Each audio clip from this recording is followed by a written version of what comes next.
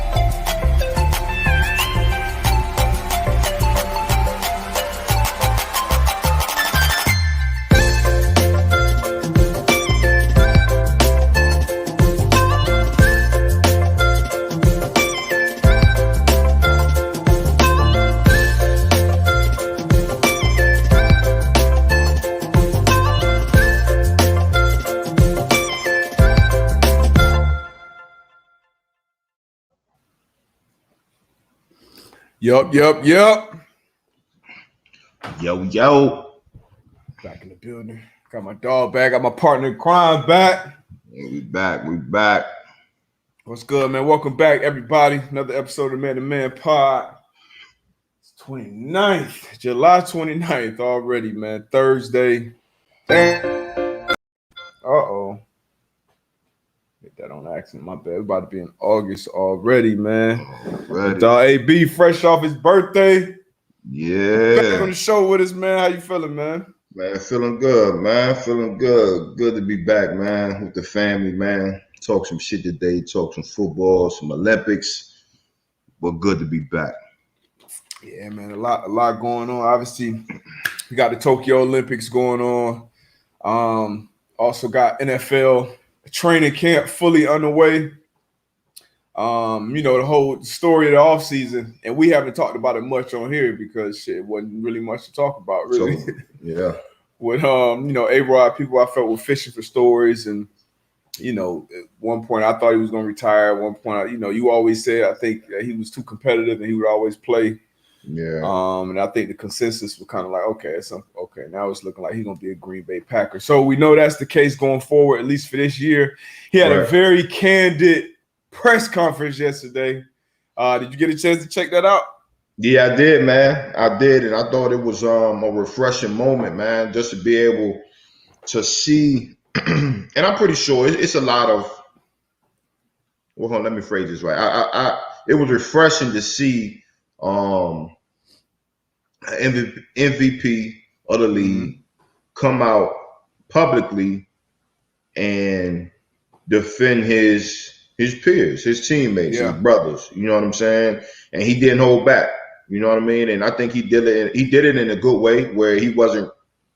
Obviously you could read between the lines of how he felt about management, but he didn't.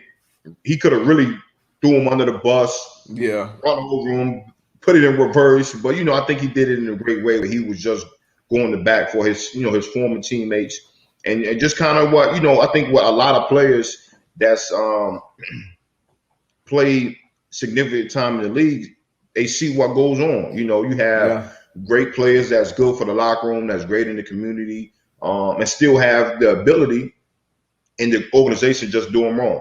Not saying that they gotta pacify them, but at some point, it should be respect on both sides. You know what I mean? Whereas players, it seems like players have to do it a certain type of way, and really once you sign this contract, you should live up to this contract and things of that nature. Where you kind of see where Xavier and Howard. We'll get on that later in the show, but it was just refreshing to see, man, A-Rod just come out and just speak his truth. Yeah, because a lot of people obviously been speaking for him. He kind of took, which I think was the right road, because during the off season, people gonna take whatever you say or whatever you do and twisting their own narrative anyway. So, like you said, I think it was calculated. We seen them all last year talk a lot more on Pat's show.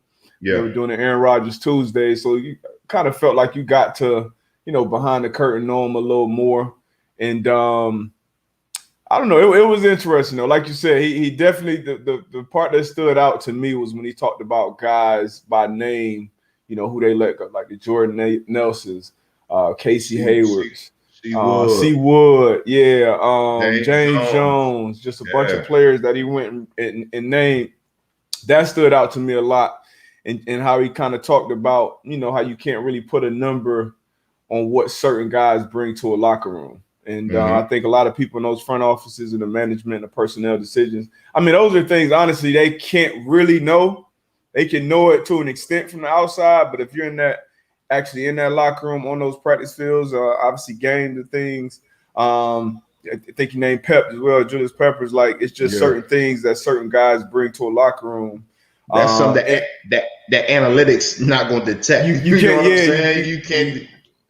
You can't pick up on that, man. And I know it was definitely guys. You being one of them when I first got to Indy, and obviously you left for free agency. It's the business of the game, but just certain things that I feel like that affected the locker room. To a degree. Jarrell Freeman came and did his thing, and I don't think he was treated fairly on the way out as well either. And I think that affected the locker room. So it's certain ways, certain players that are just different in that locker room. I like that he came and stood at kind of at the bat for him, but he was very candid. And now it's kind of like, I'm here. I'm locked in for this year. Everybody knows he's going to be a competitor. All his teammates, former and current, say like, hey, he's going to be locked in. I don't think it's going to be an issue. I see some people getting on TV saying, it's fractured now. They can't be a championship team, et cetera, et cetera. I don't necessarily believe that. I think once it's time to get the business, get to work, everybody got their personal issues. Time to play football, What's your thoughts on that, on the Packers, as far as their chances of actually competing and winning the championship going forward because of the drama that happened this offseason? Man, I don't think it was again, like you said, I think it was a lot of news from the outside. I think I think some of the players they didn't know which way it was going to go, if A-Rod was going to retire, come back. But when I see 12 walk in the locker room, shit, I'm good. I know I got a chance now. You know what I mean? As a teammate, as a player, shit, that's all I'm hoping and wishing for. Once I see AR-12 walk through and he say, "Yo, let's go, we ready?" That's all I need. That's all I need to see. Again, I just think it's just a lot of noise on the outside. Before, man, like we talked about it before. I couldn't see A-Rod retiring right now. Coming off an MVP season, and I just know as a competitor, it would be tough to leave the game at a time where it's like, I still got a lot left in the tank. Now, we've seen people do it.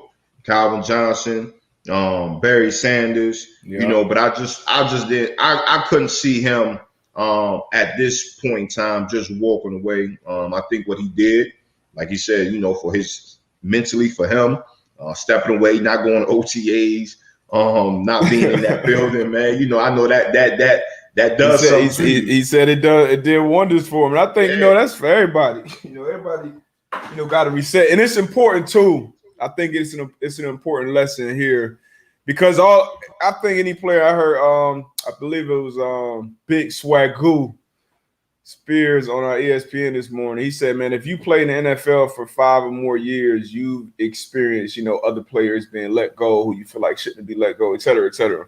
Yeah. I think we kind of all have, but I don't know. I don't want to get too much into it, but I think they'll be all right though.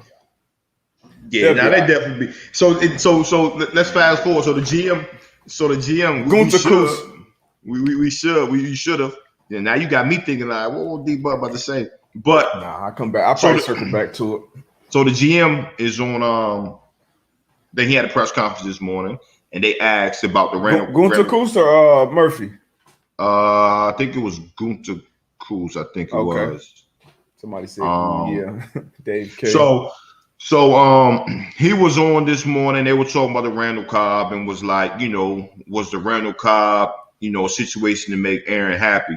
So he said, typically we wouldn't have went down that road, but basically it was to make Aaron happy. So at this juncture where they're at, man, like if you was A-Rod, like how would you handle that whole this?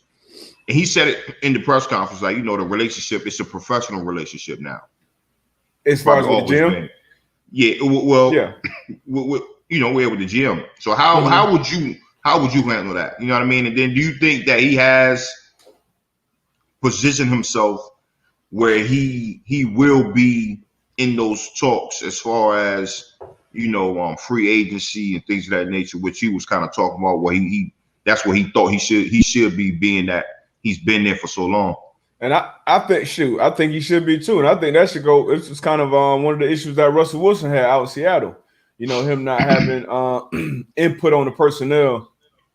And now that he's made it, and some things got leaked, but now it's public at this point. Like, hey, I feel like I've earned it. And he even said, like, people not coming to Green Bay. This ain't no vacation spot.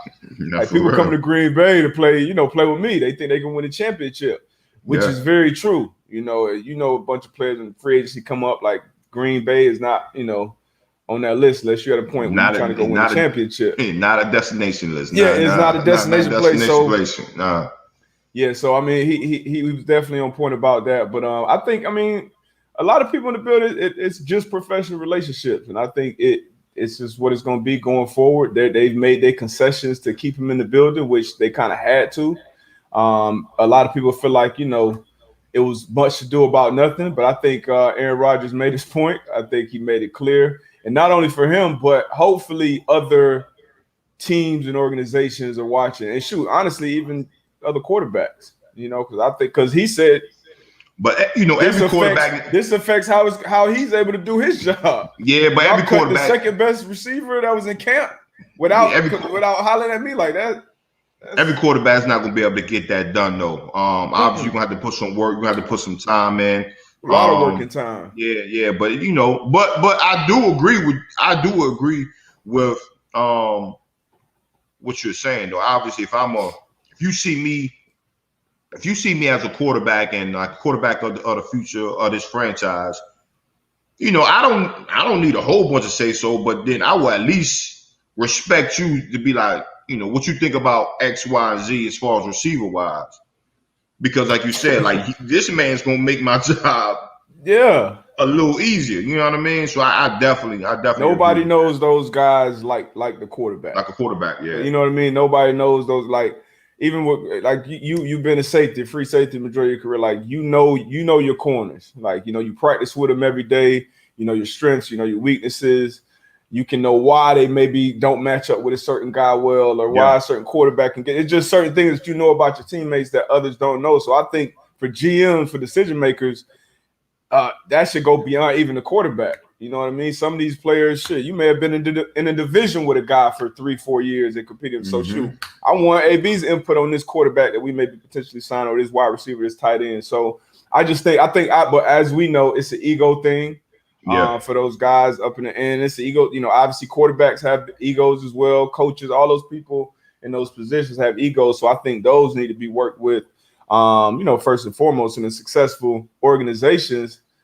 The only one that you see that kind of looks different now, that is broken up, was the Patriots. Obviously there was some tension there, but you had two of the all-time greatest at the head coach in the quarterback position, so it worked. But yeah, man, the lesson here is, you act how you can afford to act. Like you said, every quarterback can't go up and pull what A-Rod pulled. Like it's a very select few. I think Russell Wilson is also, in that category as well, where he is in his team. So I think it's a few. You got Pat Mahomes. I think he'll be able to shake some things up. Even Josh Allen, I think he'll be able to be up there. So to hear him out as well. So you have a few quarterbacks in the league right now that can do some things, and I think the upper management should be able to sit down at least for 5 minutes and hear him out. But now we'll definitely see, man. Got some good questions in here too. For sure, we gotta have like direct. I don't know if you saw from Pat P and B Max pod, but Pat P was kind of talking about his departure from Arizona. Yeah, I did. How Steve, kind of the GM there, wasn't And we probably dealt with this. Yeah, just wasn't up front. We've talked about on the show, like, you just gotta have those tough conversations, man to man. At that point, and they was bullshitting them like, yeah, we doing this, we think about doing this, we're trying to be like, just keep it real at the end of the day. Yeah. And you can't have those conversations. You shouldn't be sitting in that seat, in my opinion. And then at the end of the day, it's like once you and when you do it to certain, like you said before, once you do it to certain players, that word gets around. That word gets around, and then when you are in free agency and guys are thinking about coming in, like they those are things that players think about. Like, okay, well, shit, Pat Pete was there for what, 9 years, 10 years, and this is the way you eight Pro Bowls, 8 straight out. You know what I'm saying? That's how you treat. And this is how you treat your guy. Like, again, and you just said it. He said it on their show. Like, you're in a position to make these tough calls, and if you can't call me in the office after 9-10 years and me put some good work in and just say, look, man, Pat Pete, man, I love what you did for us, but we just looking to go a different route. That speaks volume. That speaks volume. Facts. So big facts. Should on to another situation that's brewing.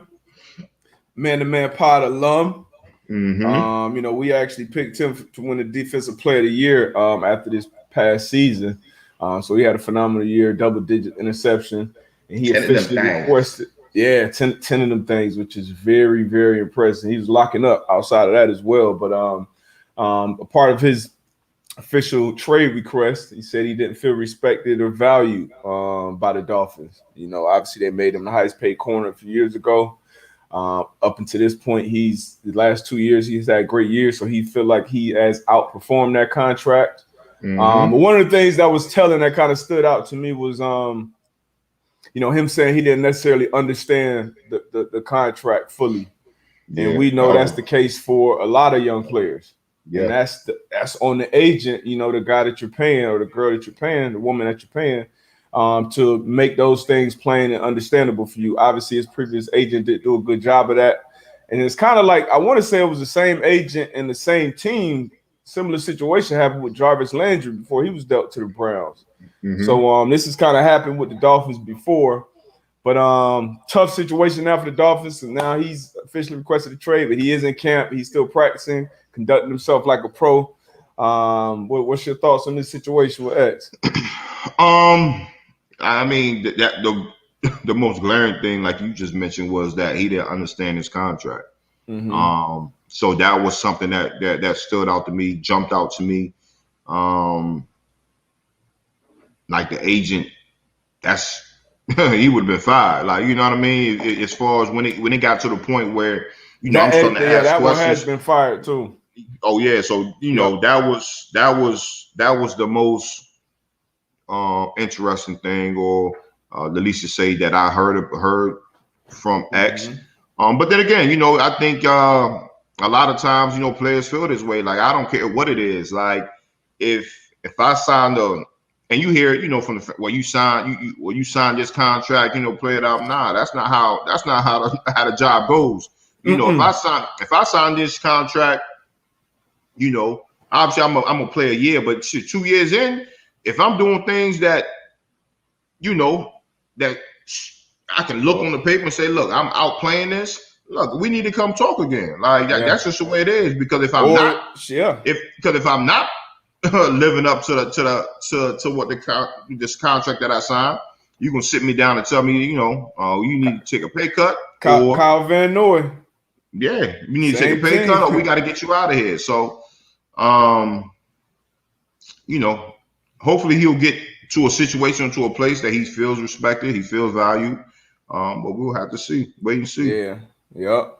The same team just did this with Van Noy, signed him to a four-year, $51 million deal, cut him after the first year. And, I guess they felt like either cap casualty because of the squeeze with COVID and stuff like that, or he underperformed compared to the contract. And nobody bats an eye when the organizations do this, when the organizations cut bait, when these teams and these owners that's going to be in power and in position for decades to come. These players got a short window of time to make as much money as possible. Playing a game that's getting younger. by the day. And we spoke about that when we had him on the pod. So once again, great lesson. Behave how you can afford to behave, and he's given himself this leverage, in my opinion, because he has, outplayed the contract. And once the landscape of the NFL kind of changes every couple of years, which it does, and the landscape of your own locker room, he's like, hey, I'm not even the highest paid corner on my team. And I'm second, and it ain't close. Like, coming off a year like that's tough. That's tough to, as a professional, you're competitive. We're competitive in a bunch of different ways. So, and I think that's kind of has a little something to do with what's going on with Arizona and Chandler, asking out Chandler Jones asking for his trade to get up out of there. You know what I mean? So another example of Chandler asking want to get his deal redone before the final year of his contract. And another one though, it's about communication. Okay, you tell me one thing, but your actions is showing me something totally different. Yeah. Obviously, I think when you get injured, that kind of hampers the contract talk. Especially if you're injured anywhere around that 30 mark, or on the other side of that 30. Exactly. So I mean, I get that part. But like he was saying, wanting to get a deal done before he entered his last year's contract. They saying this, that, and the third, and then you go out and sign J.J. Watt. So Okay, so for the people that don't know, obviously we're in the locker room for a long time, and I know it's happened to me. But what's the thoughts or the feelings of a player or a group of players maybe when and obviously we never hate on another man getting their money. That's just not in majority of our DNA. You want that man to get their money. But when a team goes out and brings someone else from another team and pay, maybe a guy like Terrell Freeman, I'll say, okay, this guy, he earned it. And we went out and paid somebody else, brought him in, or this player, whatever, this situation. What's that like in the locker room for the fans or the listeners who may not know? How does that affect things? It affects a lot of things, right? Because one, we always talk about culture. We talk about culture on this show, and that culture starts from the top, right? So it starts from the top of how the GM, the president, or whatever, how they treat their players, because they know their players is what the type of product that you're gonna put on the field, how your organization is gonna be looked and perceived, right? So if you have a guy, just example, Chandler Jones, obviously he was in New England with you, went to Arizona, and since he's been to Arizona, he's been a double-digit sack guy, 14 sacks a year, 13 sacks a year for a number of years, right? So when you have Chandler, a good guy, a great guy in the locker room, he's a force to be reckoned with on the field. And I feel like he was recruiting JJ too, wasn't he? Man, yo, come here. You know what I mean? So obviously it's love. You know what I mean? Obviously he knows what JJ Watt can do for the defense, do for the team, and even do for him and his success. But when I'm a guy in the locker room, I'm like, all right, up for defensive player of the year, and y'all not gonna pay him, but then you go out and pay a guy off another team, damn near the same position. Yeah. The money that you could have paid taking care of home. You know what I'm saying? So when guys are looking at that, it's like, well, damn, okay, when my time come up, how they gonna do me? You know what I'm saying? Yeah. So it's a lot am I even gonna I think it affects the overall quote unquote buy-in. Now, every player wants to compete, wants to win, wants to play, obviously wants to make a bunch of money, I think. But I feel like, I've been on teams or been a part of organizations where the level of buy-in, you can definitely tell the difference in certain locker rooms. So when you build your team, through the draft, and obviously you're going to have to make some free agent moves. You're going to have to do, that's part of the business. But kind of how the Colts, haven't won a Super Bowl with this regime yet, but kind of how the Colts are building it. You go out and draft, Nelson, Leonard, you bring Kenny Moore there, you pay him. It's like the guys who are Jack Doyle, you pay him a couple of times. Yeah. Like the guys who have done it the right way on and off the field, you take care of those guys, and I feel like that kind of resonates throughout the locker room and that culture.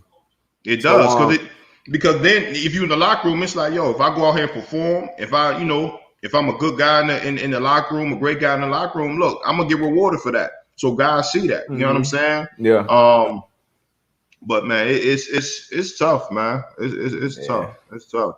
We got some good questions in here too, though. Even we were talking about like firing the agent. There was there was some questions in here talking about how often do guys fire their agents. I don't know how often. But man, it happens. Sure, I've seen a few guys, more than a couple. A few guys fire their agents. I fired my agent. I fired the agent. Why you fire yours? I fired mine because I felt it was similar to what was going on with the GM. We were talking about the GM and just not having. I just didn't feel like I felt like some of the conversations it got to the point where he wasn't keeping it real. It was kind of telling me what I want, what he thought I wanted to hear. Yeah. And this also happens too. So when you have an agent who maybe represent multiple players at your position, that it kind of gets it because now you got maybe like you may feel like maybe a conflict of interest. Yeah, because you got, let's say you got 5 running backs. And you got, 2 teams looking for running backs. And I know, me and my agents represent the same, group of 5 guys. So my agent at the time, he, I think representing the most players in the league. So obviously we're going to have those type of issues. But it would be certain deals that got done around the league when I'm going entering free agency. And he'd be like, oh, yeah, we're going to get you that deal. And I know, like, okay, I know I'm not getting that deal simply because of, age. The team, like, you're gonna compare me to a guy who's 25 in his prime and he's just getting his first real re-up. Right. Oh yeah, we're gonna get you that deal. Like, I know that's not realistic. So once the conversations kind of got to that point, I felt like it was time to change representation. And because that's the person that works for you. That's the person that you want not in your corner. And if you can't keep it real with me in my face, I damn sure can't expect you to be keeping it real, when I'm not in these rooms or not on these calls with these teams and shit. So, that's a major decision for me. Question for you, right? And you might have some young listeners, or we might have parent, guardian, coaches that's listening to this that might be involved with, like, players that's potentially going to the next level. You said your agent had the most players, representing the most players in the league at that time, right?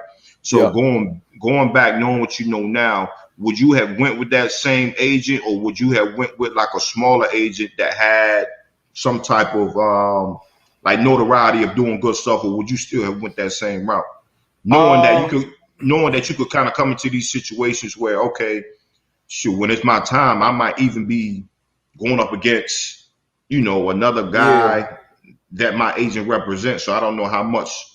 Yeah, honestly, that wasn't the bigger issue. That was kind of something I feel like, because I did feel like, honestly, and the reason I went with him was because even though he did represent the most amount of guys in the league, he was very, he rarely missed a call, always responded, damn near immediately to a text. So you would have thought he represented 3 guys by the way he dealt with his clients. And, and I didn't, it wasn't a situation where I need to talk to him every day, or we need to hang out. But that is, if I'm paying somebody to do a job, like, that's the type of, response and access that I want.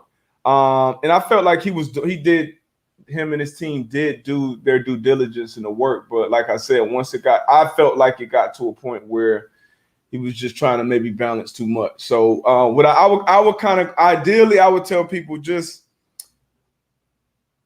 you got to find a balance. It got to be somebody who has some experience and, has been around the block maybe, and they can tell you the real. They're not selling you wolf tickets. But then you don't want somebody who's too overwhelmed. So you got to find a balance, man. I think for every player is different, their needs.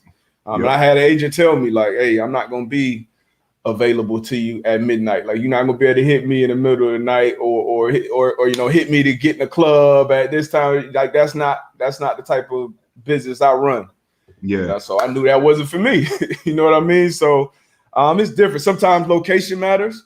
Mm-hmm. You know, he was also located in South Florida, which made things a lot better down here because there was a lot of connections down here.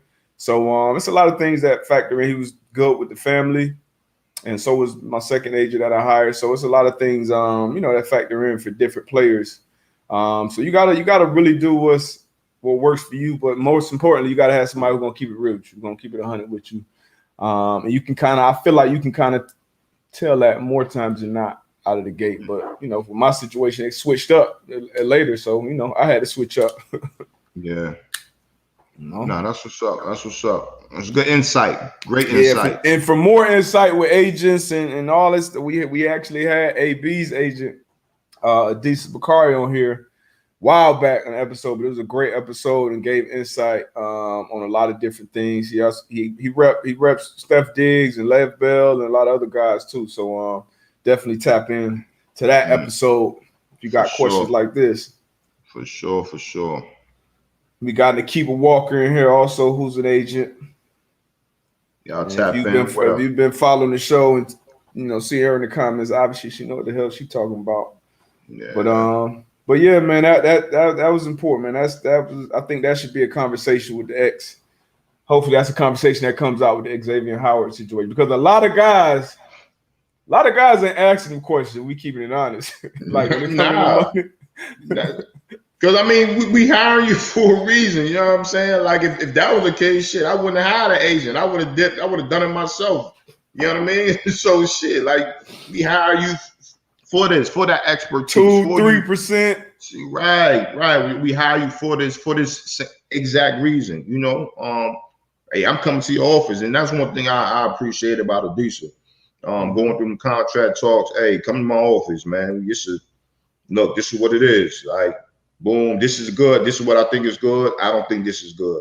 I think we can live with this, but we're gonna push back on this. You know what I'm saying? Like, walk me through the entire thing. You know, maybe I'm like, man, just get to the numbers part. But he was like, nah, you need to understand the business of football. You got to understand the business of football. You have to understand what they are asking. What, you know what I mean? So he was like, and that's what I appreciate about him the most, man. Because for me, I was the type that I was like, look, okay, I'm paying you this 2-3%. I just don't want to see you every 4 years when them contract talks come up. Like, nah, like, you know, if we're gonna be business partners, some people do. Some people do. Some people do. That is a relationship with the agent. Like, all right, when it's time to negotiate these deals, maybe you know off the field or you know on the field. Hey, that's when we got to talk. Outside of that, I'm good on you. Then there's other people who don't want to be best friends there. I think it's good to find a balance because you definitely got to trust that person. For me. So that's what my too.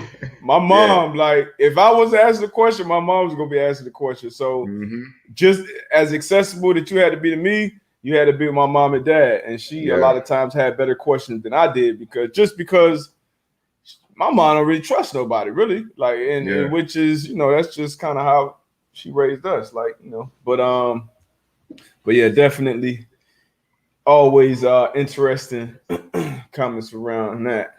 Yeah, it's we could talk about this all day.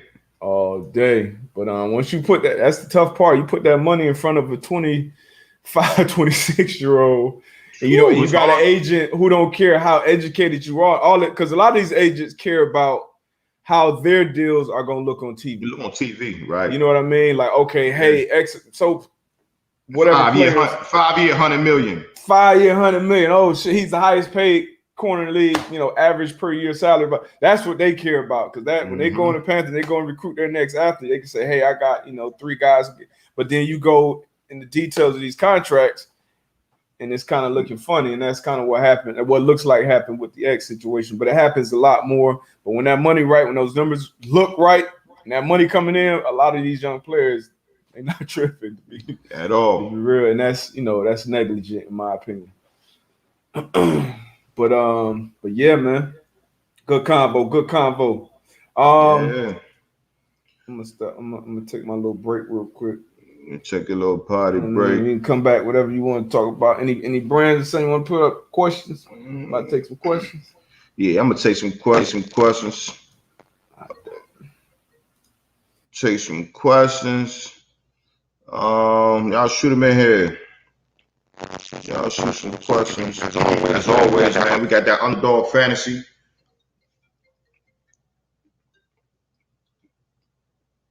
We got that underdog fantasy. You know, y'all can tap in with the code MAN.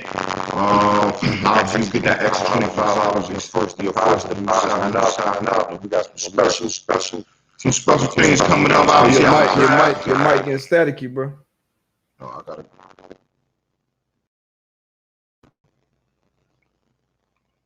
Well, hopefully that's better right there. That's better?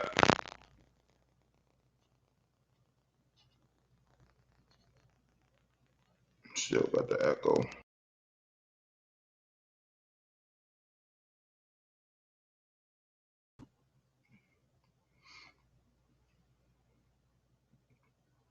Still got that static.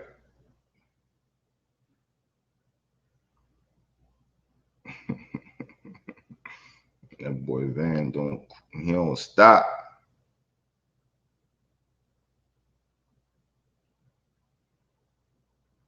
Word, back.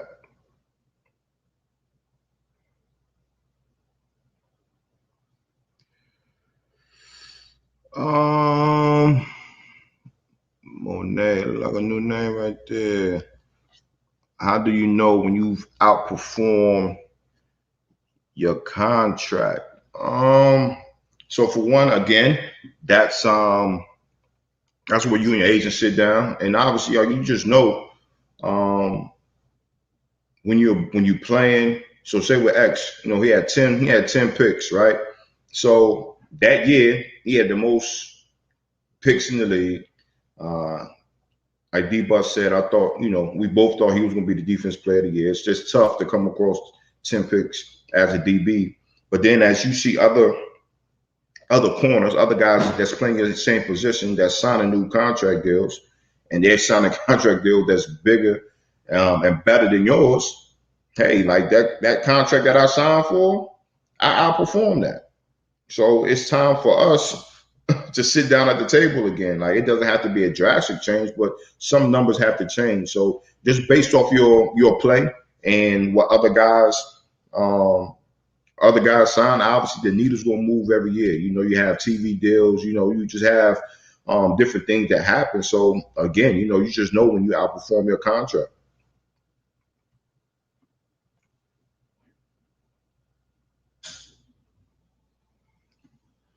How much do players get fined for being overweight, man?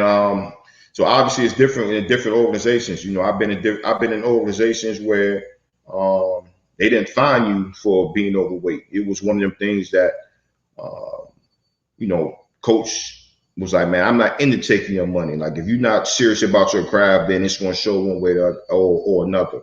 You being overweight, you either going to come out, you're not going to get the reps that you're supposed to get, which is going to take away from you being able to showcase your ability, which in turn will get you cut. If you're overweight, you're going to have some type of pull, some type of strain. Again, you'll be in the tub where you won't be able. So that coach was like, look, I'm not into taking your money. It's going to play out how it's going to play out. But I've also been to organizations where they will fine you the max. And I forgot what the max is per pound, but per day. So say you were supposed to come in at 250, you came in at 260, and say the fine was $500 or $1,000 per pound. They're going to fine you per pound. And every day that you overweight until you make that weight, you get fined. So it's different at different places. Yeah, for sure. Them boys used to. Boy, I done seen some guys. Now, I clearly never had issues with making weight. But boy, them big boys used to be stressing, boy. Hey, I can't eat that. I got to do this. I got to do that. Oh, that joint should be crazy. I used to be at dinner. My plate used to be full. Boy, come over here with a salad. I said, boy, you're going to be hungry. You're going to be hungry. And the way is, so in training camp, you know, for a lot of reasons, for health reasons, hydration, everything, it's mandatory way. I don't know. I'm sure it's still done this way, but it's mandatory ways before practice and after practice. And, you know, a lot of guys, you may go into practice, you know, 210 pounds. After practice, you come out maybe 204 or something like that. But obviously the weight that matters is what you weigh in before practice or that morning. Sometimes you first walk in the building, you weigh in. Man, cats, I done seen you walk in there, cats be butt ass naked on that scale. Like, no, chill. That's 298. I'm good. Hey, man, that used to be crazy. It's like the little league cats be running around with garbage bags on. Mm-hmm. So we got my man D Buck back, man. So we've been having, a lot of. It's got my sources too. Cardinals may be in play for Xavier Howard. Yeah, I seen that. I mean, let's talk about that. Like, do you think that'll be obviously Chandler to Miami, Xavier to the Cardinals? Who wins that? Who wins that trade? Saying that both players are healthy and play to their peak next year. If you go pass rusher cover guy, I would say Miami. I was gonna say Miami wins that deal because you got to think about they got two corners that can come out and play right now. That's starting. They got Jason. They signed Jason McCourty, who's started and played a bunch in this league. Yeah, obviously Byron Jones. They spent a bunch of money on him, who's one of the best one of the best cover guys in the league. And then you drafted Noah Igbo in the first round. So I feel like the Dolphins were somewhat prepared for this. Mm-hmm. So they're still in a good situation at the cornerback position once they move on, if they do move on from X. And then if you get a healthy Chandler Jones that's still playing at his peak, which I think he'll be 31 this year. Yeah. So I think he's definitely got coming off a year where he missed, obviously, but that can benefit you in some ways. The rest of your body is getting a complete year off and you play in the trenches. So that he can come out, and this is going to be pretty much a contract year for him too. So so a guy like Chad Jones is motivated. I think Miami. Man. Yeah, that's what I was. That deal, but I said that too. I say that too because my thing is X is he's going to do his thing. He's going to lock down. But like you said, that pass rush is so important with the Cardinals. You let Hassan you lost Hassan Reddick, the free agency to the Carolina Panthers. If you lose Chandler, you got a JJ Watt, but I don't think JJ Watt is JJ Watt of old. You have Marcus Golden. He's still out there, but I just feel as though that pass rush is going to be different without Chandler Jones. Now you'll probably do some things with the young Gunnar Simmons out there, try to implement him some type of way. I think he kind of came on late in the season, but I would say Miami will win. I would say Miami win that one, in my opinion. Early, they win next year, but if X, he's still young in his prime, I feel, and so long term, I would assume if they sign him, they would restructure his deal in some way. I think what he really wants is more guaranteed money. And that's what it. More times than not comes down to. You want that guaranteed money. And it's important in our league to strike while the iron's hot, because at any point, you saw what happened to Dak last year, and he obviously fortunate enough to play quarterback position where they feel like, hey, he's young enough, he's healthy enough, he's gonna bounce back. We still gonna pay him top dollar. Other positions that don't really happen. So hopefully it's a win-win. That looks like a win-win. It makes sense. Chandler wants out, X wants out. Two great players. You swap them. Hopefully, they get both to get what they want with a fresh start. But I think we both picked Miami for out the gate for winning just because of the positional value. I feel like, and I hate saying that when we're talking about a top flight lockdown turnover machine at a cornerback position, but that pass rush, boy, you need it. You need that. Sticking with this football talk. We're gonna talk about this, we getting into it, man. We got the first preseason game next week, Hall of Fame game. So this year, the biggest threat to the Chiefs in the East and the Bucks in the NFC. Who do you got? Your biggest threats for the Chiefs in the AFC next year? Ooh, it's a few teams out there. It's a few teams. You got to pick one. Biggest threat. That is singular. threat. Damn. I'm gonna go. I want to go Colts, but it's too many question marks around Carson right now. You got Lamar in the Ravens, I think, but I understand that same. I'm gonna go to Browns. I know you said Browns could. I think Browns are expected to be a very good team this year. Myles Garrett, the highest rated edge rusher on Madden. Obviously, getting a motivated Odell back who wasn't in the top 10 receivers rankings on Madden. You got a two-headed monster at that running back position. You get a Grant Delpit coming back, being healthy, high draft pick for him last year. You want to sign Great Noose. I'm going with the Browns. They got the roster. It's going to be on Baker and Kevin Stefanski to take that next step together at the head coach and the quarterback position.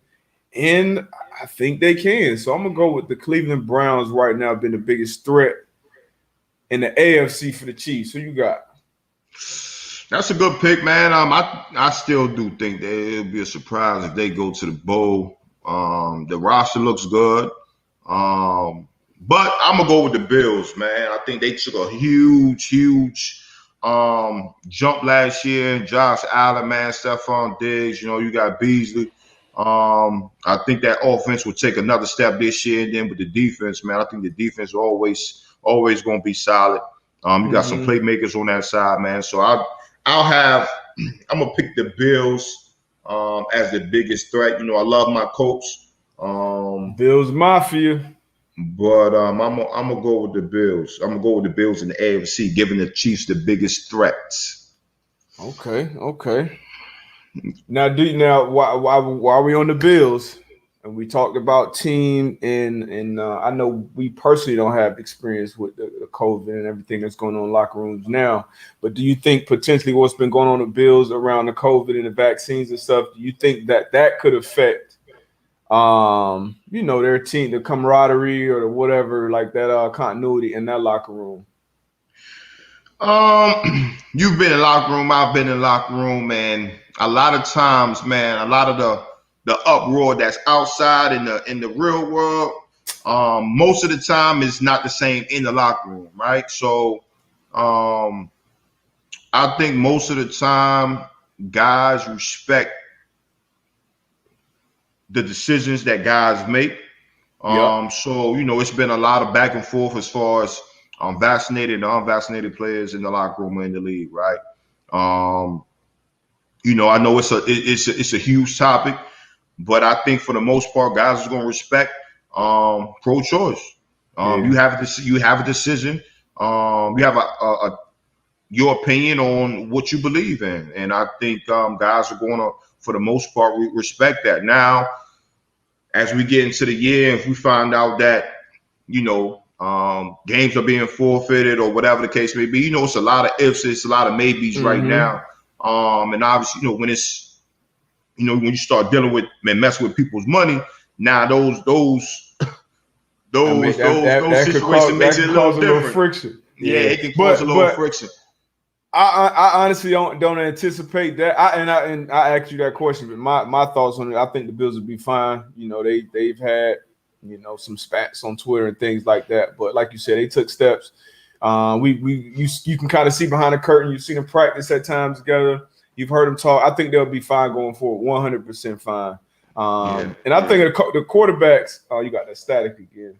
I think the quarterbacks have been doing a good job showing leadership too when they're getting these questions about the vaccines and stuff. And I know personally, I kind of know the vaccination status of a few of them, and they're saying all the right things though. Hey, that's the personal decision. I'm not really going into if I am or not. And that's kind of protecting their teammates, And like I said, some of them I know are vaccinated, but they still aren't going to throw, or put their teammates on the spot.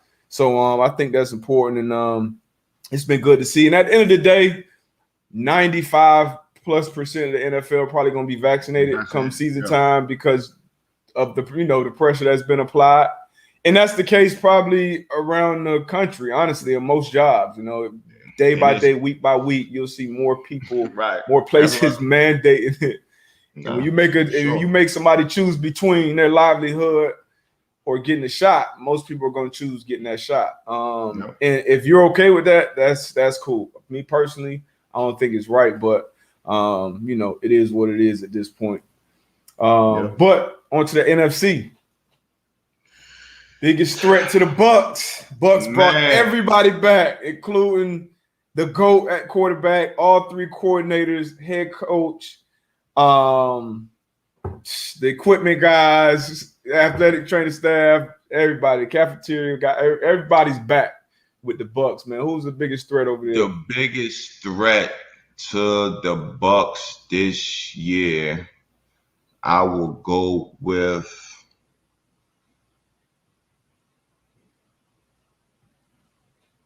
I'm gonna go with the Packers. You're going with the Packers. Packers coming off back-to-back NFC Championship games. I'm gonna go with the Packers, man. And obviously, it's a lot of attention on the Packers. That's a good one. That's a good one. I'm gonna go with the Packers. They were close to knocking them off last year. That's a good one. I like the Packers. Good roster. Championship level roster, especially with A-Rod back. But I'm going with the team just jumped out of my damn head. Bucs, Packers. Damn. Was it the Lions? Hell nah. I was about to log out if you was was it the Saints? Nah, it's the 49ers, man. San Francisco 49ers. This team 2 years removed from the Super Bowl. Jimmy G's back. I know he's, caught a lot of flack. Obviously, they drafted Trey Lance, which I think will motivate Jimmy G. Jimmy G, 22-8 as a quarterback in this league, which we both agree is pretty damn good. Like I said, made a championship appearance. You got Bosa coming back healthy. You got obviously locked up Fred Warner. You got Deebo Samuel another year for Ayuk, who I think is special. A lot of weapons on that team, man. Shanahan's back. Obviously locked up Trent Williams, who was the best tackle in the league last year. So I think they're gonna be motivated, and I like the Niners to do some special things this year. I'm taking the Niners as the biggest threat to the Bucs over on the NFC side. That's a good one too, bro. That's a good one, man. The NFC West gonna be crazy, man. That's gonna be tough, man. We talked about that not Monday, but I think it was last Thursday. Seattle, the Rams, AZ, and the Niners, man. So that's definitely gonna be a tough division as it is most of the time, anyway. I know we had talked about it before. Let's talk about sleepers. One sleeper in the AFC, one sleeper in the NFC. Because I kind of been thinking about this. I know my NFC sleeper. I kind of really been thinking about this, and I'm like, they might. In the NFC, man, I got that Washington football team, man. I kind of been thinking about it, man.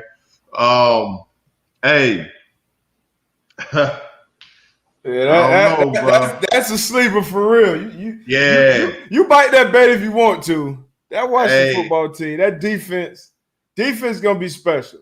Defense gonna be special. I think. Where's all this faith coming from? Fitzy, man. Like, what is going on right now? What are y'all drinking? We said sleeper, right? But that's y'all on ambient. That's the ambience. Hey, look, my two sleepers. They coming out the same in the NFC. They coming out the same division. It's them and the Giants. All right, my sleeper in the NFC is, and I don't even know if this will be considered a sleeper, but I'm gonna say the Saints. Jameis. You don't think they're considered a sleeper? I don't think so, because we talk about Jameis. I think the consensus is 98%. I don't think anybody think they're gonna make a run. They could be a contender though with Jameis. I don't think most people think that. I think they could be with that defense, and Jameis come in and he's slightly improved the quarterback that he was in Tampa Bay. Like, he cut down on turnovers. I think they can make some noise. Yeah, for sure. So that's what I'm saying. Like, that'd be my sleep. That'd be my sleep. What about AFC? And don't go. You can't say the Browns, bro. Man, look at here. All right. Can't say the Browns, I'll go with the LA Chargers. Ooh. I'll go with the Chargers. You know I like Herbert. Yeah, got Derwin coming back. Got Derwin coming back, so I think they could do some things. I think, year two for Herbert. Got a rookie head coach now with Staley out there. Mike, they was 12. What they were 12-0? Who that? Steelers? The Steelers? Yeah. Whoa, somebody said the Texans. Yeah, y'all on that. Y'all getting that good sleep. I wish my man Ty the best, man. T2, man. Oh, for sure. But I'm excited. I'm excited for this football season to get underway. Start playing some games, man. It's gonna be fun. It's gonna be a good season. A lot of anticipation around the season, obviously. So it's gonna be fun, man. We're gonna have this fantasy league popping off. It's gonna be fun. Speaking of, I know we talked about Madden earlier, but so we actually got DM another pro DM, both of us, because Jalen Ramsey's announced to be in the 99 club today, joining his teammate Aaron Donald, Devontae Adams, Travis Kelce, I think, and who else? Anybody else? Has Mahomes made the club yet? Nah, he's on his way though. He might be, yeah. So Jalen Ramsey joined the 99 club. So somebody asked us, Jalen worth the 99, fellas? Don't seem like he creates many turnovers. I know he's a great cover guy, but 99? It's a real question because I don't watch him that tough enough to know. I don't need an NFL receiver that asked us that. But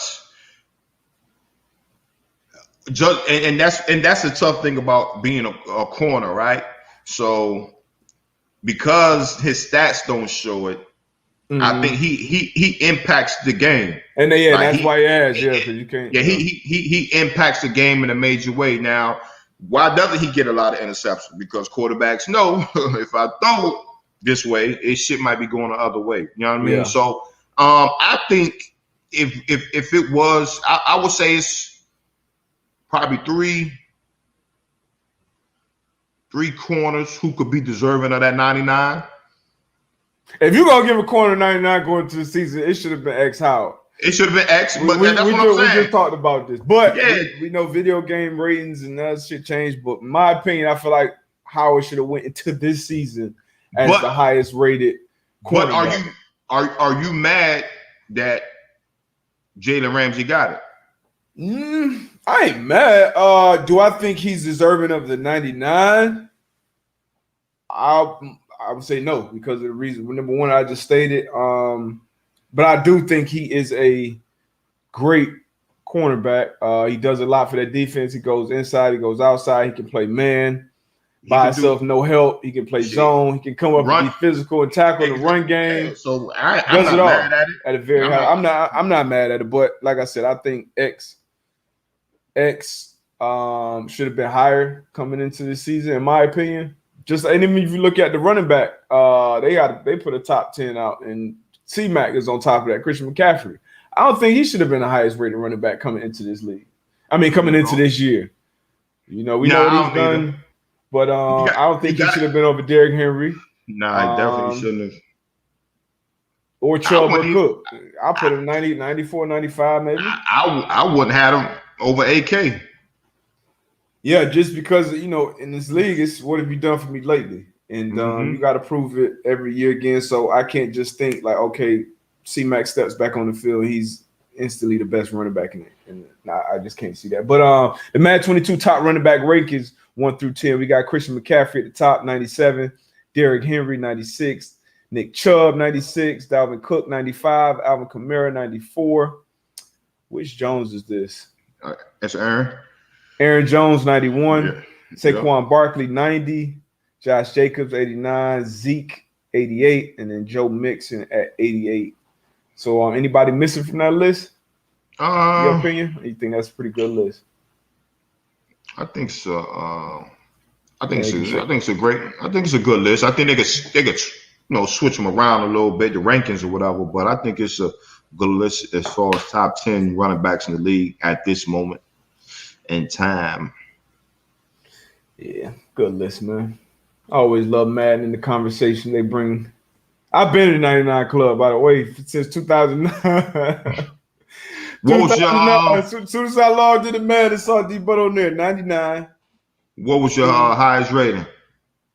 Oh, man, I don't even know. Some 80s, though. They stayed trying me.